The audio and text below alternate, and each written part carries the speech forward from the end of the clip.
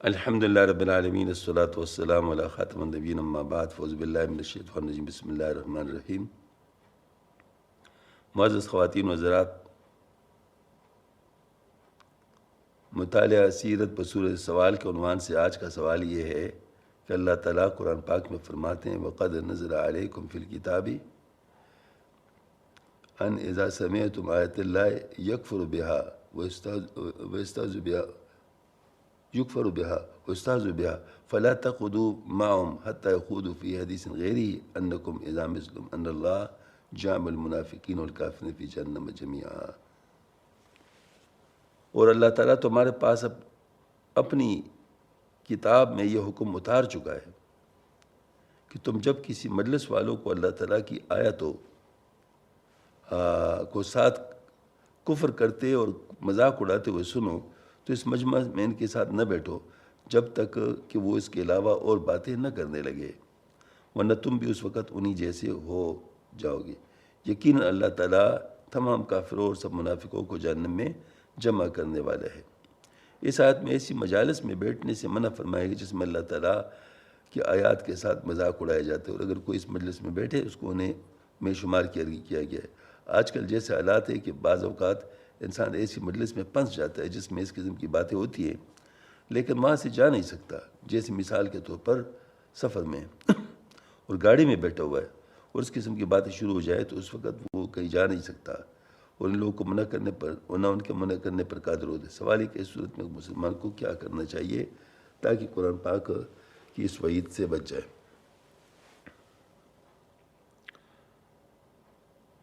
ماشاءاللہ بات تو بالکل واضح ہے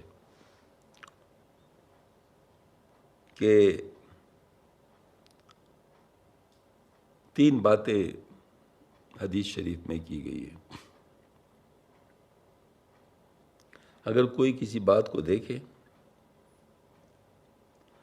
تو اگر ہاتھ سے روک سکتے ہو تو ہاتھ سے روکے، اگر زبان سے روکنے پر قادر ہو تو زبان سے روک دو، ورنہ پھر اپنے دل میں اس کو برا سمجھو، اور یہ سب سے کمزور ایمان ہے۔ اب جہاں تک یہ بات ہے کہ کوئی گاڑی میں بیٹھ گیا ہے اور جا نہیں سکتا ادھر ادھر، تو یہ تو کر سکتا ہے نا کہ ان کو کہہ دے کہ بھائی میں ان باتوں کا قائل نہیں ہوں، اور پھر چپ ہو جائے۔ بس صرف اتنا، یہ آپ لوگوں کی باتیں ہیں، میں ان باتوں کا قائل نہیں ہوں،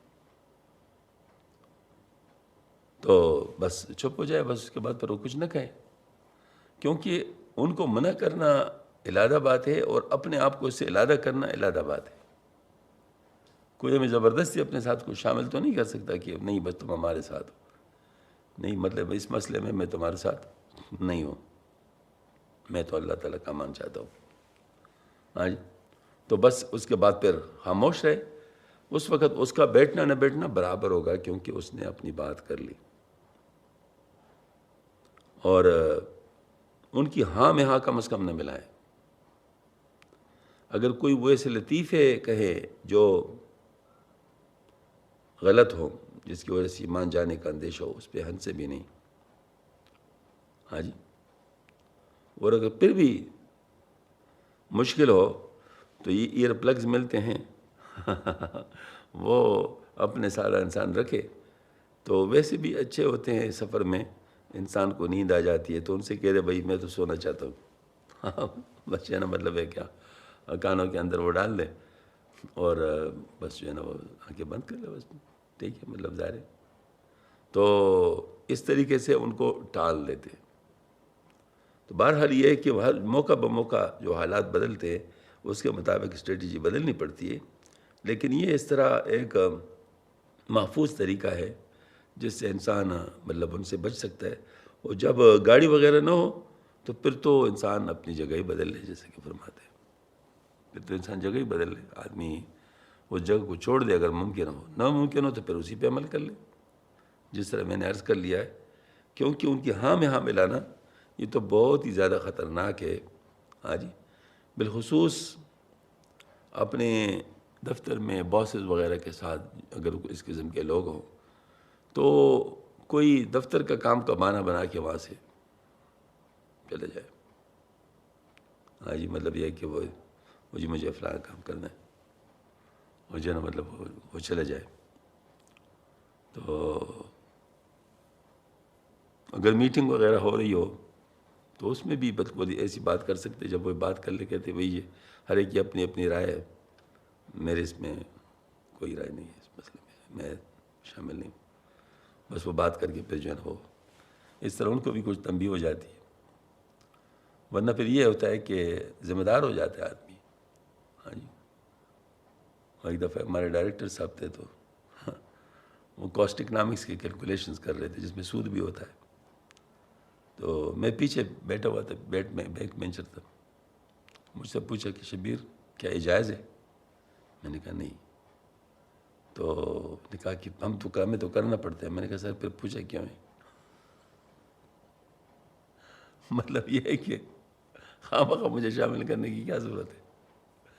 ہاں جی، تو یہ بات ہے کہ انسان کو حق بات کرنی ہوتی ہے، لیکن ذرا سے انداز میں کہ اس کو وہ زیادہ مطلب آپ کے خلاف استعمال بھی نہ کر سکے اور آپ کی بات پہ پہنچ جائے. یہی طریقہ ہے. یہ غیبت وغیرہ جب شروع ہو جاتی ہے تو مختلف بزرگوں کے اپنے اپنے طریقے ہوتے ہیں. جو ہے نا مطلب یہ کہ حضرت جو ہے نا مطلب حضرت گنگورم وہ سب اپنی جگہ تبدیل کر لیتے تھے اور جو ہے نا وہ اپنی بات بدل لیتے تھے. حاجی صاحب رحمۃ اللہ پوری بات سن کے فرماتے بھائی وہ ایسا نہیں ہے، بات ختم کر لیتے. بھائی وہ ایسا نہیں ہے اور بات ختم کر لیتے. تو ظاہر ہے بزرگوں کے اپنے اپنے طریقے ہوتے، اس کے ذریعے سے اپنے آپ کو بچا لیتے. اللہ تعالیٰ ہم سب کو بچائے. وآخر دعوانا الحمدللہ.